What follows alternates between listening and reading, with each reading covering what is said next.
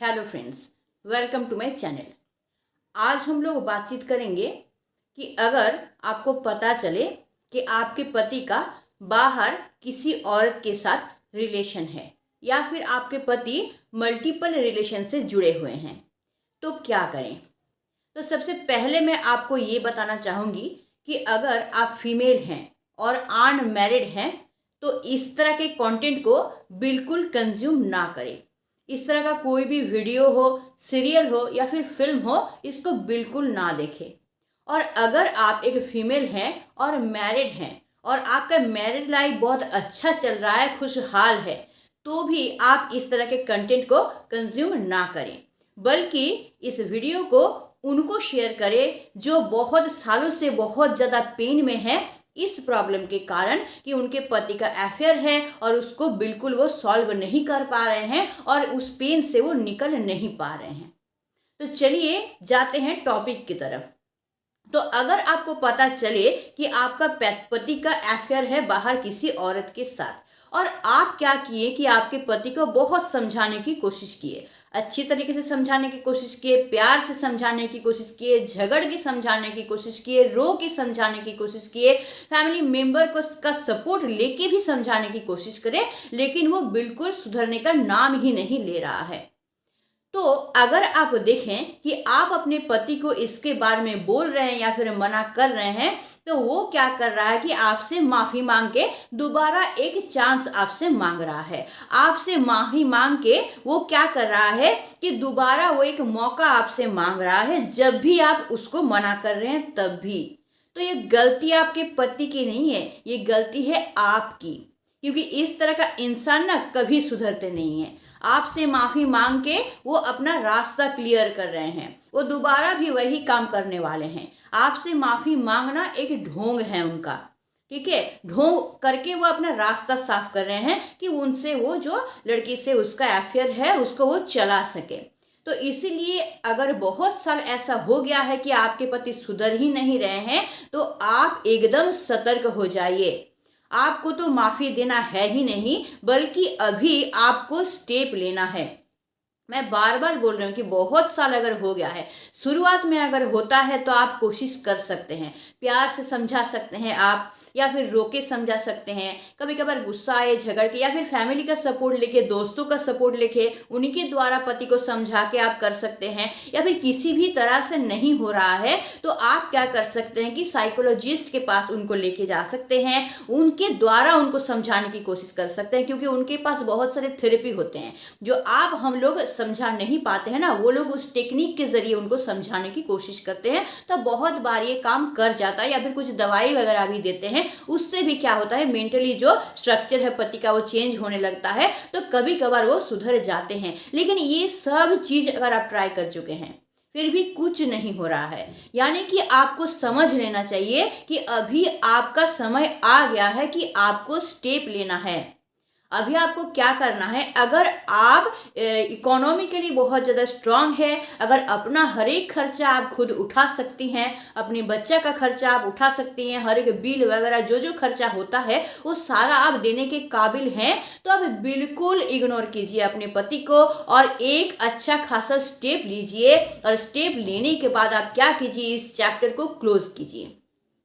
और इस चैप्टर को आप क्लोज करते समय ना आप किसी का भरोसा करेंगे, ना अपने भाई बहन का भरोसा करेंगे, और ना ही आप अपने मायके वालों का, माता पिता का भरोसा करेंगे, बल्कि ये डिसीजन सिर्फ आपका और भगवान के भरोसे होना चाहिए। आप खुद के ऊपर डिपेंड होकर ये डिसीजन लेंगे और आप क्या करेंगे, उसको अपने परिस्थिति में छोड़ देंगे और अपने लाइफ को अपने तरह से अच्छा खासा से जिएंगे। क्योंकि भाई और तो उस इंसान से कोई एक्सपेक्टेशन आपका है नहीं, क्योंकि आप जान चुके हैं भाई वो इंसान तो सुधरने वाला है नहीं, तो भाई उसके पीछे अपना टाइम बर्बाद करके क्या फ़ायदा। उससे अच्छा कि आप अपने लाइफ को बेहतर बनाइए, खुद क्या कर सकते हैं उसके बारे में सोचिए, क्या ऐसा करें कि आप अच्छा से जी सकते हैं, अपने लाइफ को खुशी से जी सकते हैं। अपने बारे में सोचना शुरू कर दिए, बिल्कुल बिल्कुल स्वार्थी हो जाइए, उसको अपने हाल पर छोड़ दीजिए और अपने लाइफ के बारे में आप सोचिए और नए तरह से अपनी लाइफ को शुरू कीजिए। क्या क्या कर सकते हैं अपनी लाइफ को बेहतर बनाने के लिए, वो सब करना आप शुरू कर दीजिए। लेकिन इसके लिए आपको मेंटली बहुत ही ज़्यादा स्ट्रांग होना पड़ेगा। तो वही बोले कि अगर आप इकोनॉमिकली स्ट्रांग है और अगर आप मेंटली स्ट्रांग है तो आप जरूर ये डिसीजन ले लीजिए। लेकिन प्रॉब्लम कहाँ होता है पता है, जो औरत का कोई इकोनॉमिकली बेस है ही नहीं, जो पढ़ी लिखी नहीं होती हैं या फिर जो कोई काम नहीं करती, इनकम का कोई सोर्स नहीं होता है किन के पास, या फिर किसी का मायका जो है वो स्ट्रांग नहीं होता है, सपोर्टिव नहीं होता है, तो वो डेंजर में आ जाते हैं। वो सब महिलाएं क्या होता है कि प्रॉब्लम में आ जाते हैं, तो वो तो कोई डिसीजन ले नहीं पाते हैं। तब आपको क्या करना है, अगर ऐसा परिस्थिति है तो आपको क्या करना है कि सम्मान के साथ आपको उसी घर में रहना है। क्यों पता है, क्योंकि जो एक इंसान, एक मर्द जो है ना, वो क्या करता है, एक मकान बनाता है, लेकिन उस मकान को घर एक औरत बनाती है। तो आप जिस मकान पे रह रहे हैं ना, उस मकान को घर आपने बनाया है। तो आपका उस मकान में, उस मकान को घर बनाने में ना आप अपना बहुत कुछ दे चुके हैं, आप अपना कोशिश सब कुछ कर चुके हैं, ठीक है, आपका बहुत ज़्यादा कंट्रीब्यूशन है उस मकान को घर बनाने में। तो वहाँ पे आपका सम्मान बने रहना चाहिए। तो इसीलिए अगर आपकी परिस्थिति ऐसी नहीं है, आप इकोनॉमिकली स्ट्रांग नहीं है, खुद का जिम्मेदारी खुद लेने के लिए काबिल नहीं है, तो आपको उसी घर में रहना है, लेकिन सम्मान के साथ रहना है। तो उसके लिए आपको क्या करना है, आप सब कुछ कोशिश कर चुके लेकिन पति को समझा नहीं पाए, अफेयर से आप निकल नहीं पा रहे हैं, तो आपको क्या करना है, तो आपको सबसे पहला स्टेप ये करना है कि भाई आज से ही अपने पति का फोन चेक करना या फिर उसको ट्रेस करना बंद कर दीजिए। क्यों, क्योंकि आपके लिए ना वो एक फोन नहीं है, वो फोन जो है ना वो एक जीता जागता गटर है। और क्या होता है, गटर को अगर हम लोग उसमें हाथ डालने जाते हैं तो अपना ही हाथ जो है वो गंदा होता है। तो उसको एक गटर समझ के उसको छोड़ दीजिए, क्योंकि इतने दिन तक आप बहुत कोशिश कर लिए हैं अपने पति को समझाने का, सुधारने का, वो सुधर नहीं रहे हैं ना, तो उसको उसके परिस्थिति पे छोड़ दीजिए। आप क्या कीजिए, खुद के बारे में सोचना शुरू कर दीजिए, वो जैसे हैं उसको वैसे रहने दीजिए। आप क्या कीजिए कि खुद के बारे में सोचना शुरू कर दीजिए, खुद कैसे अच्छा रहेंगे, अपनी फैमिली को कैसे अच्छा रखेंगे। और क्या कीजिए, आप झगड़ने के बजाय, अपने पति से झगड़ने के बजाय आप क्या कीजिए कि सोचिए कि अपनी फैमिली को शांति से, अच्छा से, प्यार से हम कैसे रख सकते हैं, ठीक है, शांति कैसे बनाए रख सकते हैं अपनी फैमिली में, ठीक है। क्यों, क्योंकि एक इंसान जब घर में रहता है, आपके साथ है, तो वो आपका पति है, आपके बच्चों का पिता है। लेकिन उस दायरे को जब वो लांघ देता है ना, तो वो ना आपका पति रहता है और ना ही बच्चों का पिता रहता है। तो उस वक्त क्या करना चाहिए, उसको छोड़ देना चाहिए, तब उसको पकड़ के नहीं रखना चाहिए, ठीक है। जितना आप पकड़ने की कोशिश करेंगे ना उसको, तो वो क्या करेगा, और अपना मनमानी करता रहेगा। इसलिए उसको उसके हाल पर छोड़ दीजिए। और घर का जो इन्वायरमेंट है उसको आप इतना अच्छा बना दीजिए, प्यार से, मोहब्बत से, शांति से इतना अच्छा बना दीजिए ना कि उस इंसान को गिल्टी फील हो कि वो दूसरे औरत के साथ वो जो रिलेशन बनाया है वो सोचने लगे कि भाई मैंने जो रिलेशन बनाया है पता नहीं मैं कहाँ फंस गया हूँ, मेरा फैमिली इतना अच्छा है, इतना सपोर्टिव है, मेरे घर में इतनी शांति है, इतनी खुशहाली है, और मैं कहाँ भाग रहा हूँ, पता नहीं मैं कहाँ फंस गया हूँ। इस तरह का गिल्टी फील होना चाहिए। इतना अच्छा आप अपने फैमिली के एनवायरनमेंट को बना दीजिए, ठीक है। और आपको क्या करना है, देखिए, आप अगर हमेशा कोसते रहेंगे, आपको हमेशा पति को कोसना नहीं है कि भाई ये इंसान ने मेरे लाइफ को बदतर बना दिया है, पता नहीं इस इंसान ने क्या किया, ये मर जाए तो अच्छा है, ऐसा आपको बिल्कुल नहीं बोलना है। क्यों पता है, एक एग्जांपल देती हूँ। बहुत टाइम ऐसा होता है ना, घर में कोई बुजुर्ग रहता है और बुजुर्ग ना बहुत झगड़ता है, बहुत कलेश करता है, तो हम लोग क्या करते हैं कि बोलते रहते, बाप रे ये इंसान इतना कलेश कर रहा है, घर में इतना झमेला कर रहा है, घर में मर जाए तो अच्छा है। तो वही सब बुजुर्ग इंसान आप देखेंगे ना, 100 साल, 102 साल, 105 साल जीता रहता है, उसको मांगने से भी मृत्यु नहीं मिलता है। तो क्यों नहीं मिलता है, क्योंकि हम लोग क्या करते हैं, सारा अपना फोकस जो है उस पर दे के रहते हैं, अपना सारा एनर्जी जो है उस पर दे के रखते हैं, तो उसको एनर्जी मिल जाता है जिससे वो और जीता है। तो आप अगर अपना पूरा एनर्जी, पूरा फोकस अपने पति के ऊपर लगा देंगे, भाई ये इतना कलेश क्यों करता है, मर जाए तो अच्छा है, चला जाए तो अच्छा है मेरा जीवन, यानी क्या करें, आप अपना सारा एनर्जी उस पर लगा रहे हैं, ठीक है। तो उससे क्या होगा, और आपका प्रॉब्लम जो है वो बढ़ने वाला है। तो इसलिए उसको छोड़ दीजिए पूरा। वो सोचने लगे कि भाई मुझे कोई देख ही नहीं रहा है, मुझे मैंने कोई मुझे इम्पोर्टेंस ही नहीं दे रहा, इस तरह का वो सोचने लगे। ठीक है।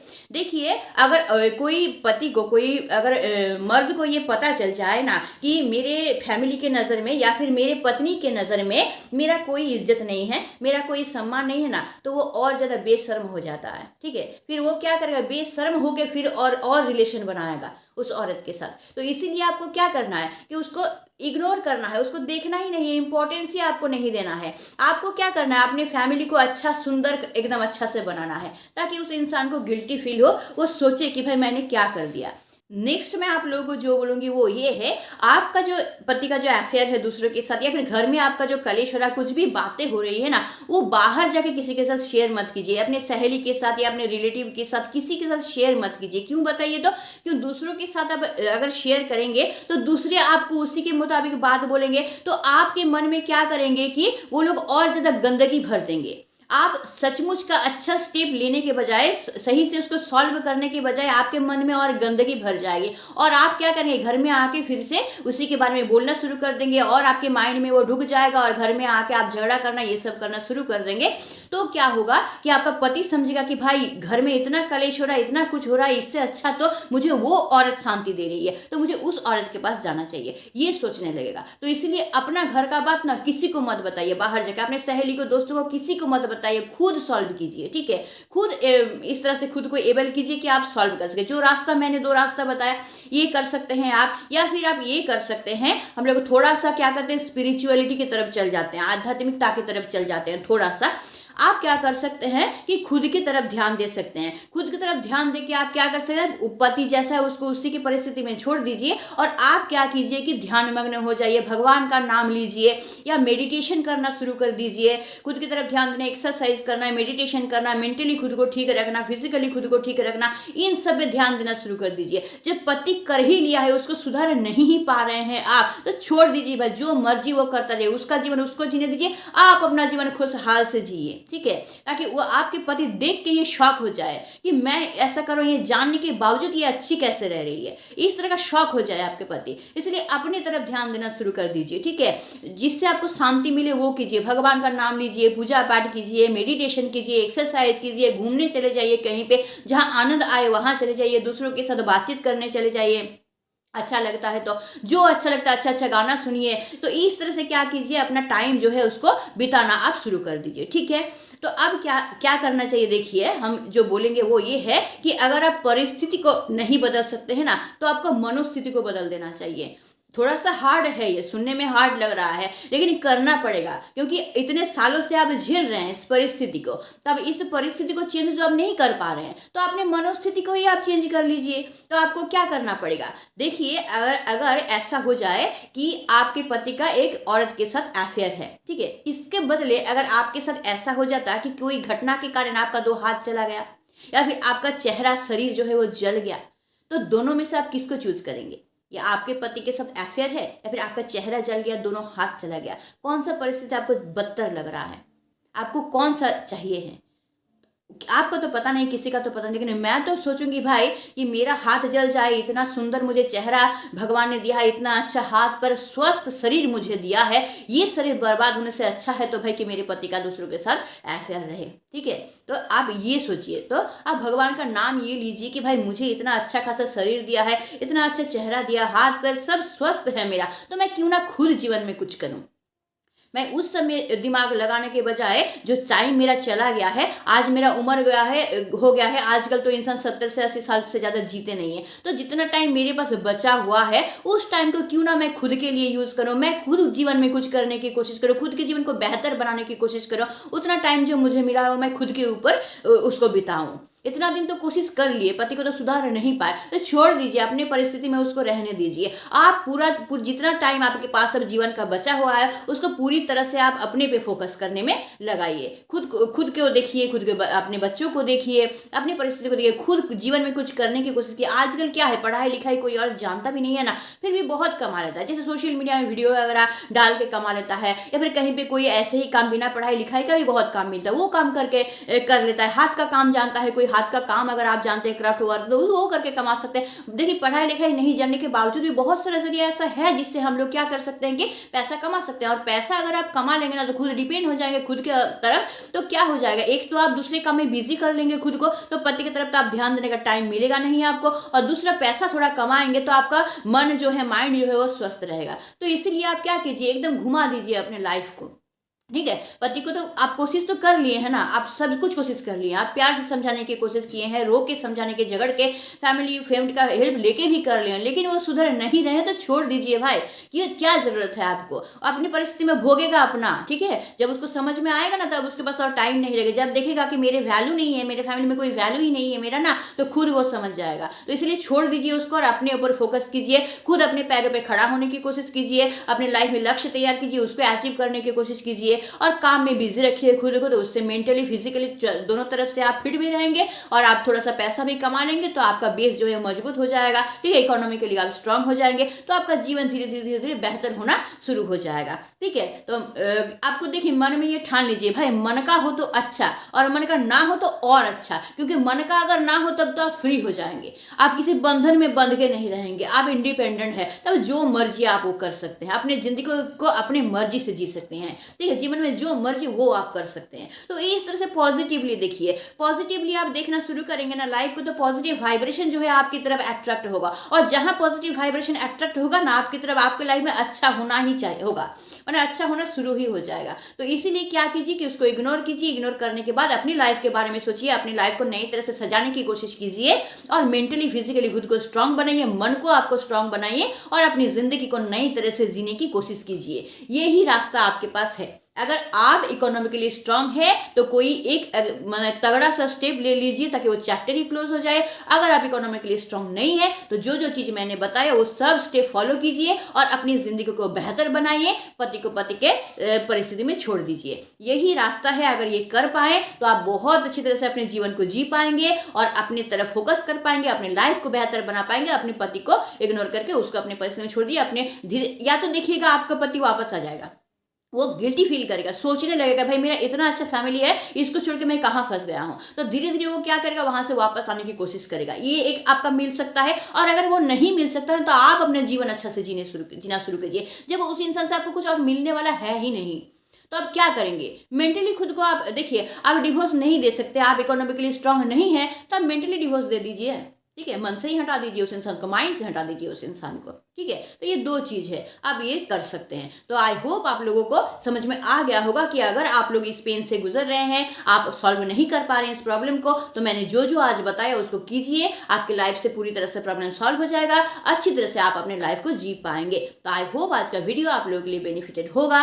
और आप लोगों को अगर वीडियो बहुत थोड़ा सा भी मेरा अच्छा लगता है तो इसको जरूर लाइक कीजिए, इसको जरूर शेयर कीजिए। और अगर आप मेरे चैनल पर नए हैं तो चैनल को जरूर सब्सक्राइब करके रख लीजिएगा ताकि इस तरह का मोटिवेशनल वीडियो आपको हमेशा मिलती रहे। और मुझे कमेंट करना बिल्कुल मत भूलिएगा, कमेंट करके मुझे जरूर बताइएगा आप लोगों को वीडियो कैसा लगता है। और अगर आप लोगों की लाइफ में कोई भी प्रॉब्लम है जिसका सॉल्यूशन आप चाहते हैं और बहुत दिनों से पेन फील कर रहे हैं उसकी वजह से, तो मुझे जरूर बताइए, मैं उसके ऊपर जरूर वीडियो बनाने की कोशिश करूंगी और आपके लाइफ का जो प्रॉब्लम है उसको मैं जरूर सॉल्व करने की कोशिश करूंगी। और प्लीज प्लीज इस वीडियो को उन औरत के साथ, उन लड़कियों के साथ शेयर कर दीजिए जो कि इस पेन से गुजर रहे हैं।